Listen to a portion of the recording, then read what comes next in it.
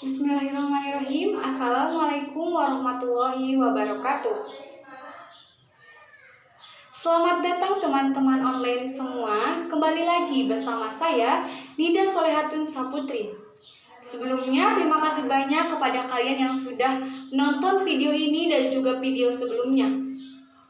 Dan terima kasih banyak juga kepada kalian yang sudah like videonya.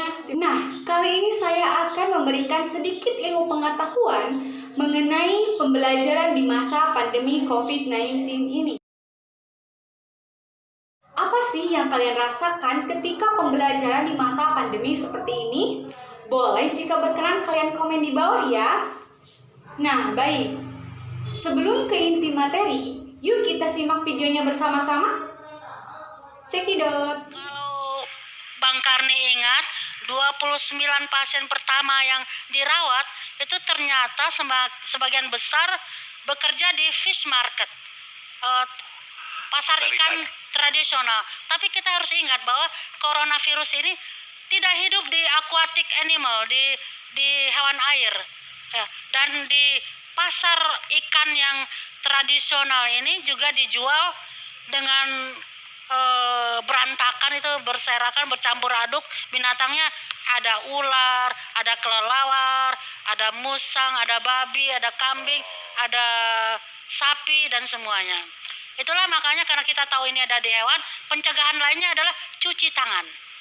Ya, jadi cuci tangan setelah menyentuh hewan atau setelah menyentuh produk hewan seperti daging-daging begitu ya.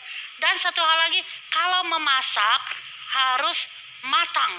Kalau memasak daging-dagingan, karena apa? Kalau tidak matang, nanti virusnya masih hidup. Nah, kesimpulan dari video tersebut bahwa diharuskan kita setelah memegang apapun kita, setelah dari manapun kita wajib cuci tangan pakai sabun. Karena apa? Karena sumber bakteri, sumber virus berada di telapak tangan kita sendiri. Jadi rajin-rajinlah cuci tangan ya. Nah, bagi kalian yang suka memasak daging, ingat ya, harus sampai matang agar virus-virusnya mati saat proses pemasakan.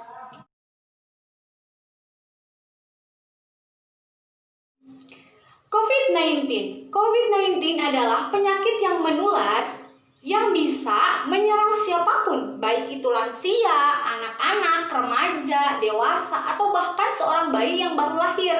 Virus ini bisa menyebabkan gangguan pada sistem pernapasan, infeksi paru-paru, atau bahkan kematian. Pertama kali adanya virus corona ini berasal dari negara Cina, tepatnya dari kota Wuhan. Virus ini sangat cepat menyebarnya ke negara-negara, sampai-sampai negara Indonesia pun terkena virus corona ini. Sehingga negara Indonesia menetapkan WHO sejak tanggal 11 Maret 2020. Bukan hanya di negara-negara lain saja yang menetapkan kebijakan pemberlakuan lockdown dan PSBB. Indonesia pun memberlakukan kebijakan tersebut. Namun, Indonesia hanya memberlakukan PSBB-nya saja dengan tujuan agar mencegah penyebaran virus corona ini.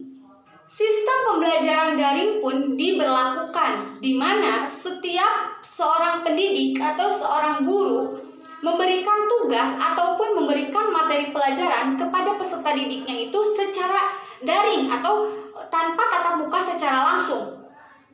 Semua sektor merasakan dampak dari virus corona ini, terutama pada dunia pendidikan. Baik itu siswa maupun orang tua yang tidak memiliki handphone untuk kebijakan pembelajaran daring ini pasti merasakan sangat-sangat kebingungan. Pembelajaran daring atau e-learning ini adalah pembelajaran yang berbasis elektronik. Salah satu media yang digunakannya adalah jaringan komputer. Dengan begitu memungkinkan untuk dikembangkan dalam berbasis web, sehingga mampu dikembangkan secara luas. Sistem e-learning ini tidak memiliki batasan, sehingga kapanpun, dimanapun bisa dilakukan dan memiliki banyak waktu.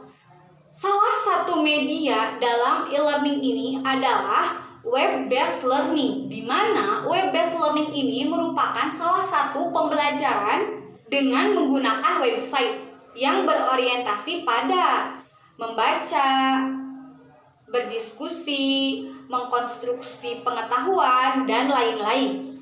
Pemerintah memberikan kelonggaran kepada daerah yang berada di zona kuning dan hijau agar tetap melaksanakan pembelajaran face to face atau belajar secara tatap muka dengan syarat menetapkan protokol kesehatan secara ketat.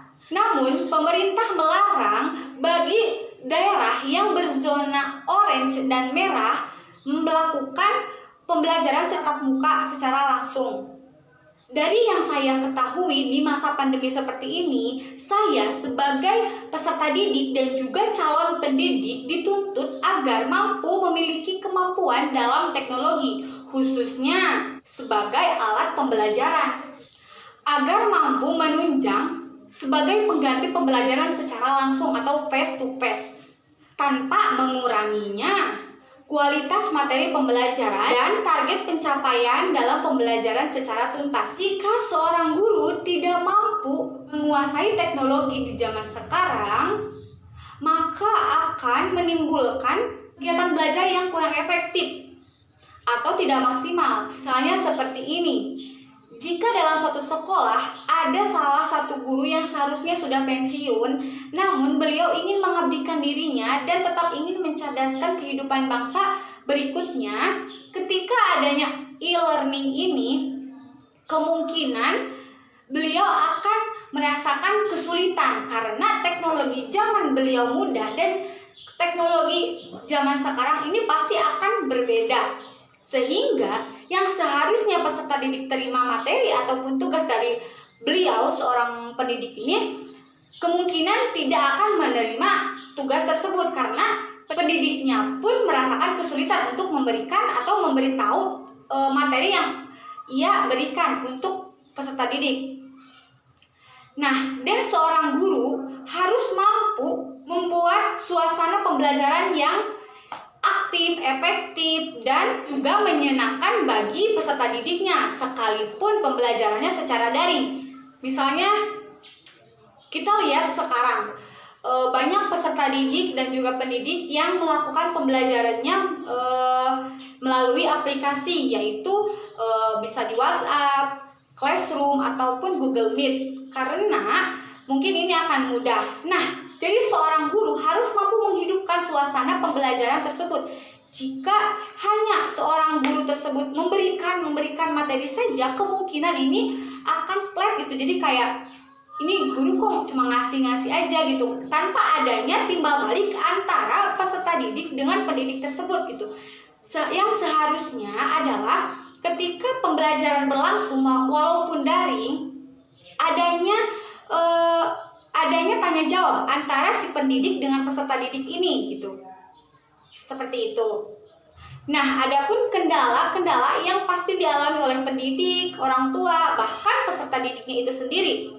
Yang pertama yaitu pasti dialami oleh seorang pendidik, di mana pendidik ini pasti akan merasakan kesulitan mengontrol peserta didiknya gitu, paham tidaknya, memahami tidaknya pembelajaran yang telah diberikan itu. Namun ketika pembelajaran secara langsung, pasti guru tersebut mengetahui siapa yang paham akan materi tersebut, siapa yang tidak, siapa yang memperhatikan, siapa yang tidak gitu kan. Ketika seorang guru tersebut mengetahui siapa yang tidak fokus, siapa yang tidak memperhatikan, mungkin akan langsung ditegur oleh guru tersebut. Namun secara daring ini pasti akan sulit gitu untuk menegurnya. Jika guru tersebut menegur peserta didik, kemungkinan di peserta didik tersebut sedang adanya gangguan pada sinyal seperti itu, dan ini pasti akan dirasakan oleh pendidik. Yang kedua yaitu ada ketidakefektifan dalam pembelajaran, jelas itu kan. Ketika pembelajaran secara langsung, guru mungkin sudah memplanning dari semalam gitu, bahwa nanti pagi sampai sore saya akan memaparkan materi ini, saya akan menggunakan media ini, saya akan menggunakan metode ini gitu. Namun ketika pembelajaran daring, kemungkinan besar ini tidak akan sesuai dengan planning karena bisa jadi adanya gangguan dalam sinyal pendidik lah ataupun dari peserta didiknya seperti itu, sehingga tidak efektif dalam pembelajaran gitu. Nah, yang ketiga yaitu terkadang ada seorang guru yang susah untuk menghubungi orang tua peserta didik karena mungkin dengan alasan tidak mempunyai kuota gitu. Nah, sebelumnya saya ingin bercerita sedikit mengenai hampir sama dengan seperti ini gitu. Saya mempunyai salah satu teman yang bisa dikatakan sudah menjadi seorang guru di salah satu SD gitu. Nah, ketika beliau mengajar dan adanya pembelajaran e-learning ini, dalam kurun waktu 1 bulan, ada beberapa peserta didik yang tidak sama sekali mengumpulkan tugasnya gitu selama 1 bulan, sehingga teman saya ini langsung menyurvei ke rumah orang tua tersebut dan ternyata ada beberapa alasan yang dikemukakan oleh orang tuanya. Ada yang tidak mempunyai kuota, ada yang tidak mengetahui kalau ada grup untuk mengerjakan tugas, dan bahkan ada yang tidak memiliki handphone gitu, sehingga ini menjadi kendala bagi seorang guru gitu. Kedua itu ada orang tua, di mana tidak semua orang tua mampu mendampingi anaknya untuk belajar daring karena tugas orang tua itu sangat banyak sekali, apalagi orang tua yang bekerja sebagai petani, pekebun, nelayan, ibu rumah tangga, dan hal yang lainnya, sehingga seorang ibu tersebut atau orang tua tersebut tidak akan mampu full untuk mendampingi anaknya saja untuk belajar daring ini. Nah, selanjutnya, tidak semua orang tua mampu memahami tugas yang diberikan pendidik untuk peserta didiknya gitu. Misalnya seperti ini, saya memiliki adik dan ketika orang tua saya kurang mampu memahami mata pelajaran yang diberikan oleh guru tersebut, dengan spontan ibu bilang, teh bantuin gitu kan. Dan alhamdulillahnya adik saya memiliki seorang kakak gitu kan. Nah, apa kabar dengan peserta didik yang lainnya gitu? Sehingga terkadang orang tua berpikir, kenapa tidak sekolah aja gitu? Kenapa harus daring-daring seperti ini gitu kan? Karena dengan efektifnya sekolah, kemungkinan seorang ibu atau orang tua tersebut akan merasakan lebih santai gitu dalam melakukan pekerjaan gitu kan. Nah, ketika awal-awal adanya pembelajaran daring pun, saya sempat mendengar bahwa ada orang tua yang pernah bilang, aduh pusing banget ini anak gitu, disuruh untuk belajar malah males, disuruh belajar malah nonton TV, disuruh belajar malah memain game, dan hal-hal yang lainnya. Sehingga hal ini membuat orang tua itu kesel gitu ke anaknya sendiri gitu. Dan sampai-sampai orang tua pernah bilang seperti ini, uyuhan gitu kan, seorang guru bisa mendidik anaknya gitu. Namun ketika akhir-akhir ini yang saya ketahui dan saya lihat, pelajaran daring ini sudah diberlakukan cukup lama, kemungkinan ibu-ibu sudah merasakan terbiasa gitu kan, terbiasa bahwa daring udah biasa gitu kan, dan si anak pun mungkin akan dengan sendirinya untuk melaksanakan tugasnya gitu. Nah, kendala yang ketiga yaitu dialami oleh peserta didik.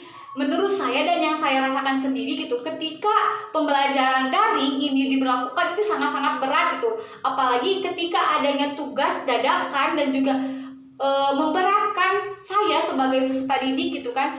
Ya Allah, ini sulit banget, kesel banget gitu ketika adanya tugas yang menurut saya sulit gitu.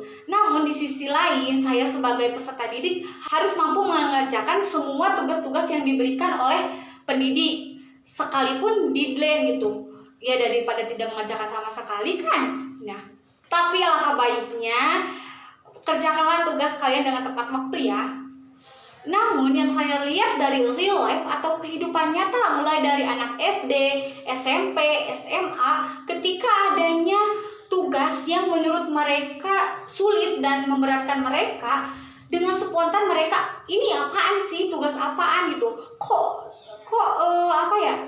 susah banget gitu. Jadi dengan spontan di bawah alam sadar mereka itu kayak udah males aja gitu melaksanakan tugasnya gitu. Namun di sisi lain, seorang pendidik ini menekankan bahwa peserta didik harus mampu mengerjakan dan memahami apa yang dia berikan gitu. Di sisi lain juga peserta didik ini kurang mampu, kurang memahami gitu apa yang guru ini berikan, apa yang tugas guru ini berikan gitu. Sehingga hal ini mampu meningkatkan rasa stres pada peserta didik dan akan menimbulkan rasa cemas dan depresi yang berlebihan. Nah, dari kendala-kendala yang tadi saya paparkan, ada beberapa solusi yang saya ketahui. Yang pertama, adanya program guru berbagi, webinar, bimbingan teknologi secara daring, pembagian kuota gratis dari pemerintah mulai dari SD, SMP, SMA, mahasiswa, dan seorang pendidik pun diberikan karena agar menunjang kebijakan pembelajaran tersebut. Dan ada juga di salah satu stasiun televisi, tepatnya di TVRI ini ada rumah belajar gitu. Kalau nggak salah, nggak tahu di TVRI, nggak tahu di YouTube gitu, pernah ada rumah belajar gitu. Nah, di radio pun ada tentang mengenai pembelajaran gitu, mulai dari anak SD, SMP, SMA, dan itu sudah terjadwal semuanya. Sehingga hal ini akan menurunkan kendala yang dialami oleh orang tua, pendidik, atau bahkan si peserta didik tersebut gitu kan. Baik, terima kasih kepada kalian teman-teman online Nida yang sudah menonton sampai akhir video ini. Semoga ada hal-hal yang baik yang bisa diterapkan dalam kehidupan kalian, dan jangan ambil sisi negatif dari diri saya ataupun dari pemaparan materi saya. Kurang lebihnya mohon maaf, ditutup. Wallahul muwaffiq ila aqwamit thoriq. Wassalamualaikum warahmatullahi wabarakatuh.